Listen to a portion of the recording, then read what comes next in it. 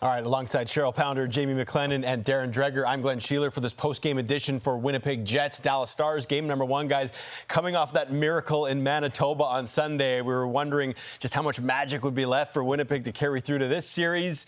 Look, they had some great pushes there in the third and throughout this game, but can we just say that they ran into, right now, the hottest player in hockey, Mikko Rantanen, who continues to just put the team on his back. Complete domination, and this is a guy not only on a heater, but he has grabbed the Dallas Stars and said, I'm going to be a difference maker. Yes, Game 7, the theatrics were brilliant as he delivered the dagger to his former organization. But he continued tonight. It's desperation on the puck. A little tap here as he gets inside position on Miller. And then a favorable bounce going off of Sandberg. It's almost like everything this guy touches finds the back of the net. When you're playing that well, the hockey gods are on your side. I have to say, though, I just love the way that he uses his frame. And on that first goal, it was absolutely unbelievable with one hand on his stick, the reach around, the leverage, you know, with that right hand to be able to redirect that puck and get it enough to put it in. And just showing why he is just a playoff performer getting to the middle of the ice. And that's exactly why the Dallas Stars paid the price and acquired him in the first place. And you're starting to see how this man has settled into the game that he can play, that we saw him play as a star in Colorado. It wasn't just the Nathan MacKinnon show in Colorado. Mikko Rantanen was a top player in that organization for a long, long time. He's been through 4 months of upheaval, right? He gets traded to Carolina in January. Then he gets traded again to a team he wanted to go to in Dallas at the NHL trade deadline. So maybe it's just taken him this long, right up to Game 7 against the Avs, to get that emotional investment a little bit higher. This is turning out to be maybe the best trade deadline pickup of all time. Rantanen, guys, has now been involved, either scored or assisted on 12 straight goals for the Dallas Stars, and this is in clutch time, obviously, as well. Listen, Dallas came out flying in this game. They're leading in shots, 8-0, but by the end of this game, we're all sitting there saying, Winnipeg had their chances, Cheryl. They really pushed it here in the third period. They really did, and we were kind of sitting back at the end of the game saying, is this going to be another sort of Game 7 where they find a way to claw their way back into it late in the third period? And you certainly saw it. You saw their speed, you saw their pace, and the way their ability to enter the zone. But it was their missed opportunities in and around the net, you know, just bobbling that puck, or it was on the stick, unable to get the shot off at the right time. But they certainly had a ton of high danger looks. And you got to give some credit to Oettinger as well. But most importantly, I thought that top line, Niederreiter got elevated to the second line, thought they had some juice here. They were getting to the middle of the ice, didn't get the bounces. You can see Velarde trying to whack away at that, but Oettinger being pretty athletic to keep it out. But overall, they had their look. So Scott Arniel's got to be pretty impressed with that third period. But listen, when playoff hockey, you got to be opportunistic as well. When you get those high dangers, you got to figure out a way. If you're not going to put it on the net, you got to find a way to look at a second shot opportunity. As well, you lay out perfectly that they get the opportunities, but in the playoffs, it's a game of inches. And its execution, yes, Jake Oettinger was fantastic when he needed to be for the Dallas Stars, but we just saw the Winnipeg Jets getting grade A opportunities, and it hits his chest or it rolls wide. They've got to find a way when you do get in front of a goaltender one-on-one, you got to pick a corner. You have to make them pay, because I thought they did a terrific job turning the puck over, creating those chances, but it's the execution they fall short on. Yeah, and I mean, they pushed hard, too, with the extra attacker. Curious to not see 91 on the ice. I agree with you. Sam, I mean, how do you take issue with the players that Scott Arniel put out there trying to even the game up? But you do have to have some recency bias.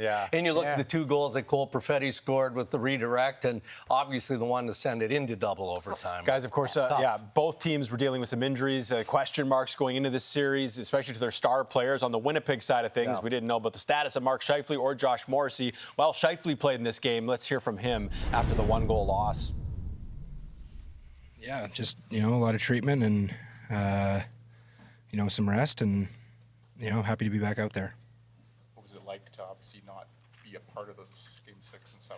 Yeah, it was awful. It's a feeling you don't wish on anyone, and you know, it was tough to watch, but, you know, you're obviously just uber proud of the boys for that Game 7 comeback and win. You know, to make sure that my season wasn't ended, that was amazing by them, and, you know, now we're moved on to the series.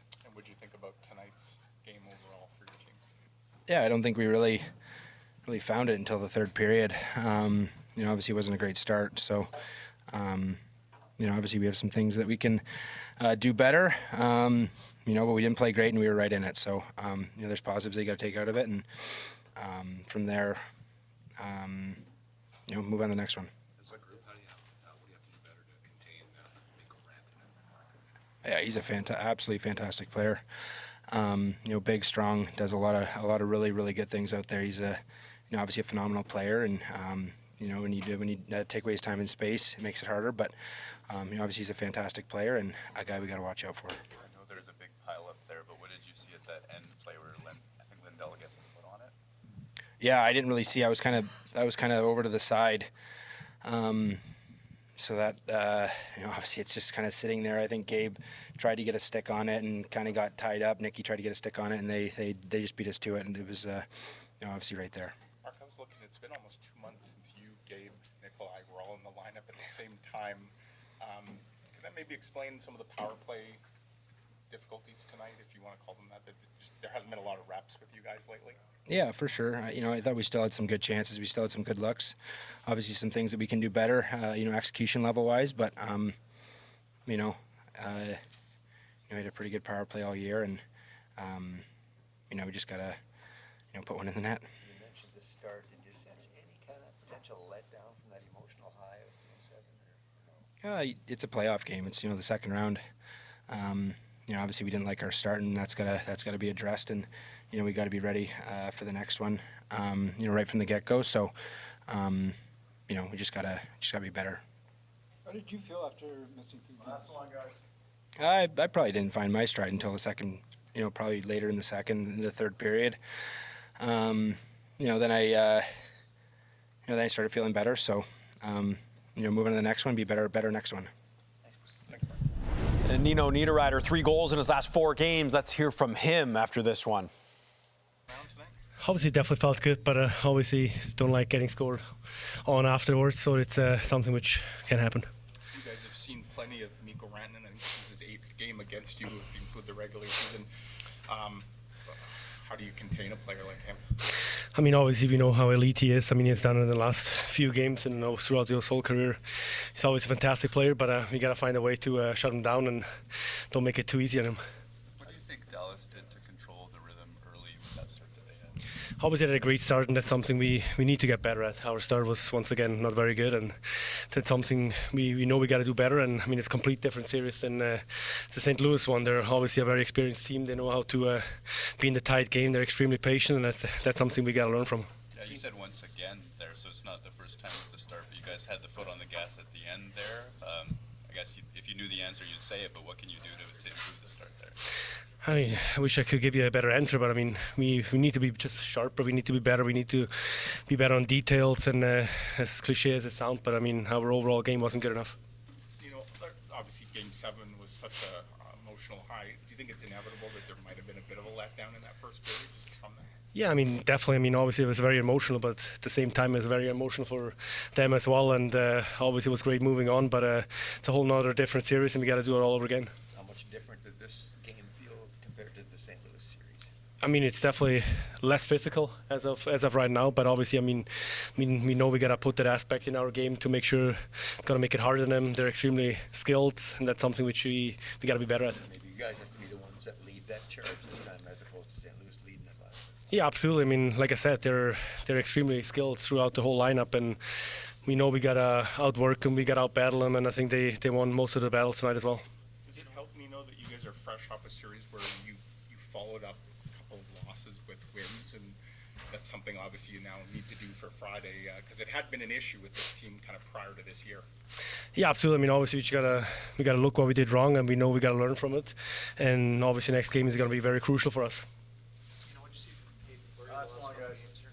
I thought he was playing terrific hockey. I mean, obviously stepped in and played some great hockey at a terrific Game 7. And even tonight, he made some great plays. He's taken charge, and I'm very proud of him. All right, let's react to that a little bit, guys. Starting with Mark Scheifele, who kind of said he didn't really find his game there till the third. We hadn't seen him since Game 5 of the St. Louis series. What'd you think of his night, Darren? Well, I would agree with his assessment. And the self-awareness of the Winnipeg Jets is always impressive, right? They know exactly what they did wrong and what they need to improve on to level this series in Game 2. And I don't know what we needed to expect from Mark Scheifele other than, he's a dynamic player. But he talked about his play in the first period, and it took him a while to find his legs. And you wonder about the physicality. Dallas is going to target top players. St. Louis did that. Took Scheifele out of the first round. So he weathers a storm in the first and then gets a real big goal for the Winnipeg Jets to get them going in the second period. And then he has this opportunity, and then the puck just rolls off his stick, and Ottinger is easily able to swat that up. It almost created 2 chances in one, but it wasn't, the shot that Mark Scheifele was looking for. I thought overall he was strong. He had 7 shots. And faceoffs are 65%, 64.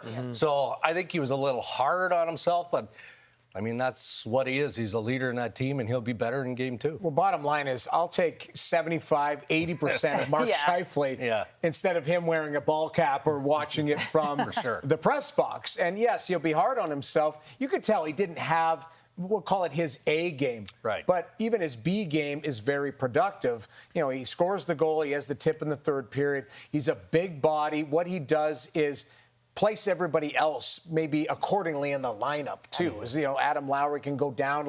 To me, it just balances everything. So he'll be better next game.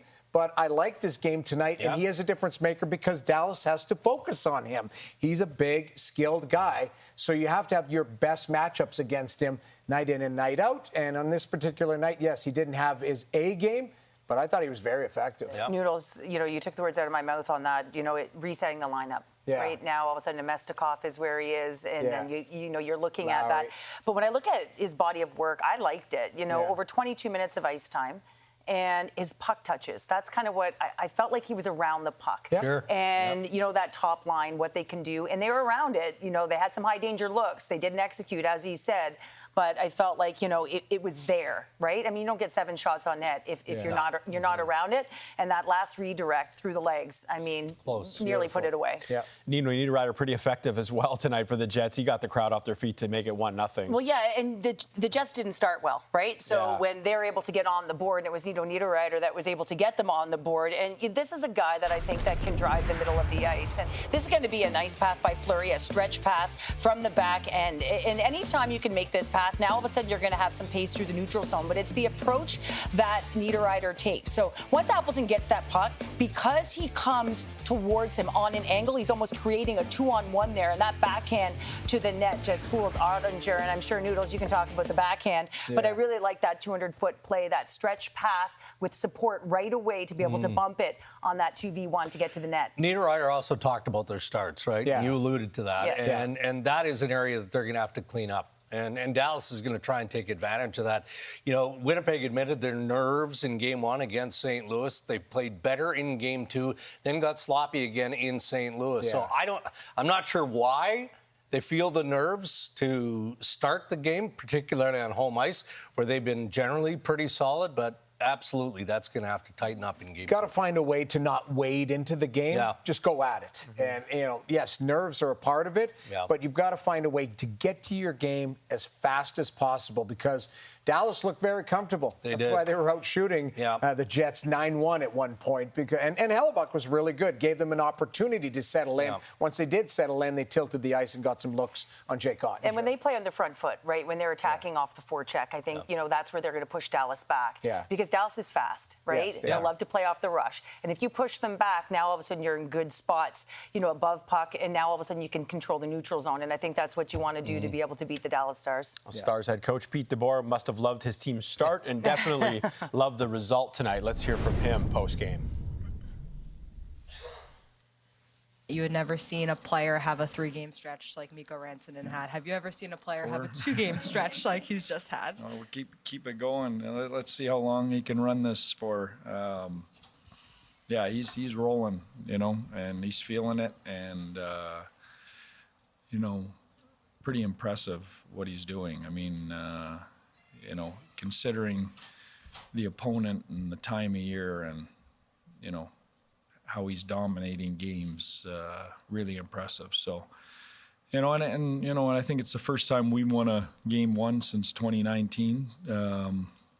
I thought our group did a lot of good stuff. I mean, Otter made some huge saves down the stretch. PK was outstanding. Got a power play goal. Special teams again were great. So there's a lot of things there for us to build on. Hey, Pete.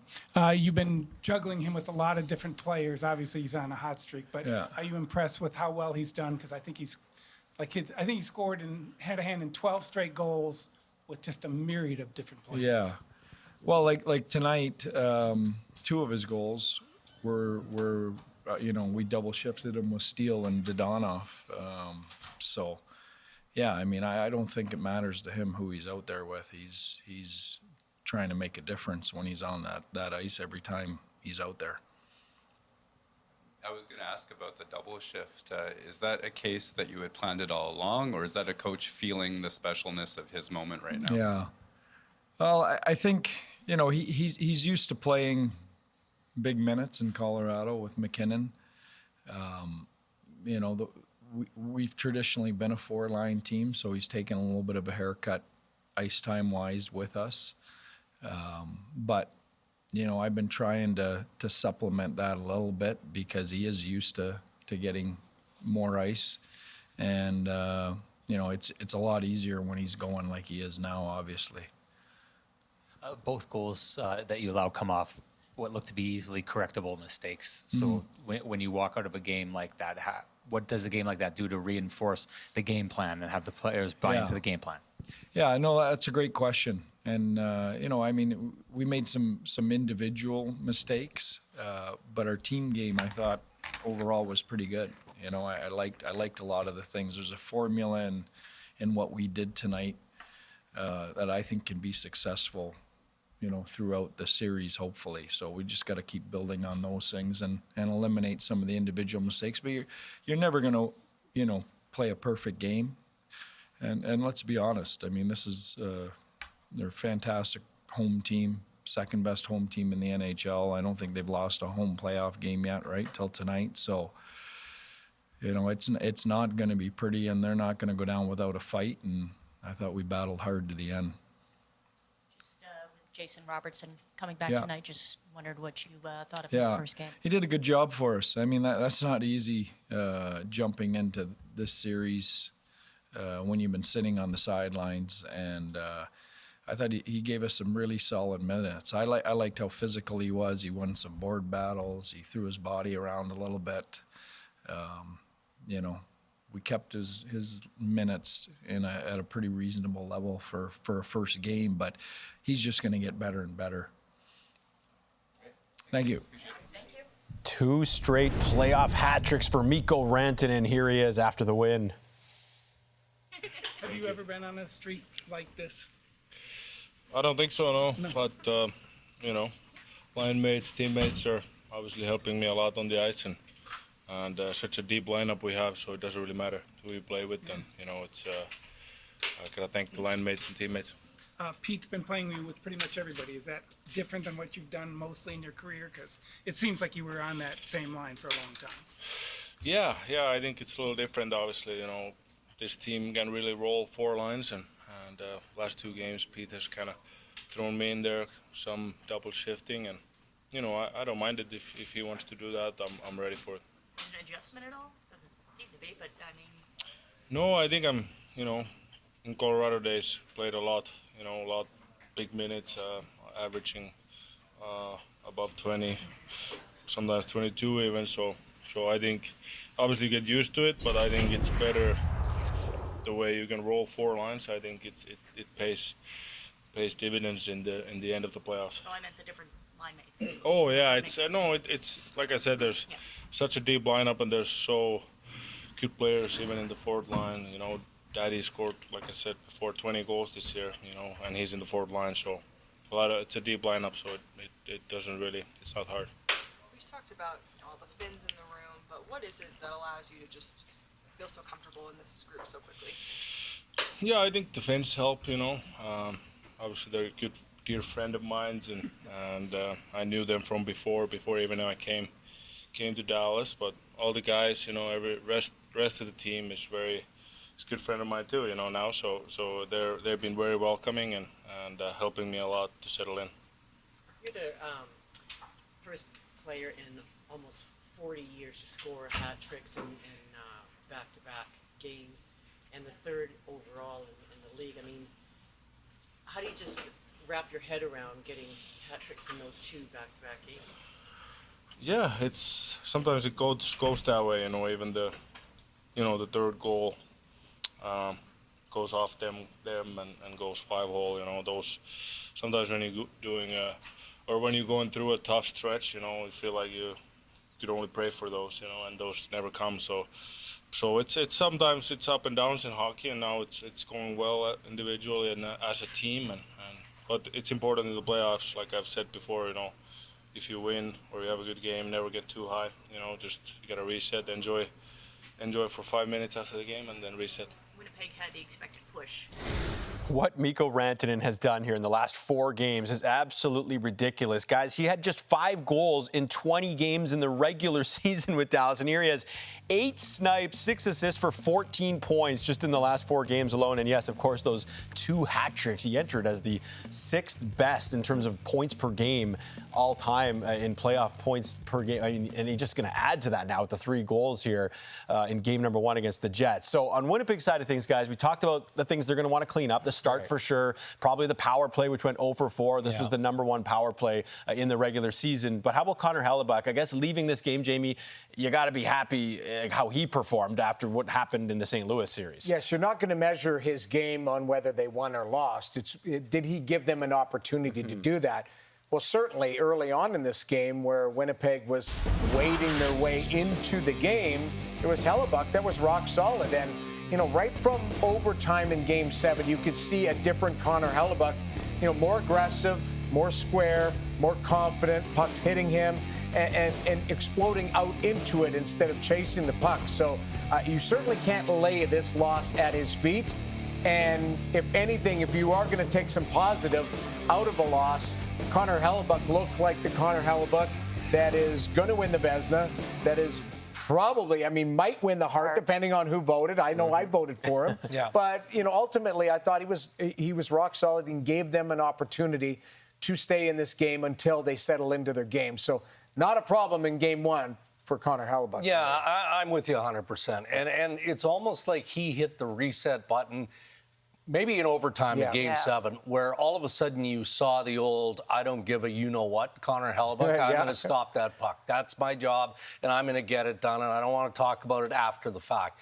So I think there is the silver lining in this loss, is that we're seeing now in back-to-back scenarios, okay, the game didn't go the way that they wanted it to go, but you'll hear Scott Arniel and the Winnipeg Jets generally in setting up Game 2 talk about the structure and getting back to the identity of how they play. They didn't play that way in Game 1, but Connor Hellebuyck was good enough to give them a win. Hellebuyck and the Jets know, they took 3 of 4 in the regular season against the Stars, so they can do it here in this series, but they dropped Game 1, Game 2 going on Friday, and we'll be back on the TSN YouTube channel for another post-game chat.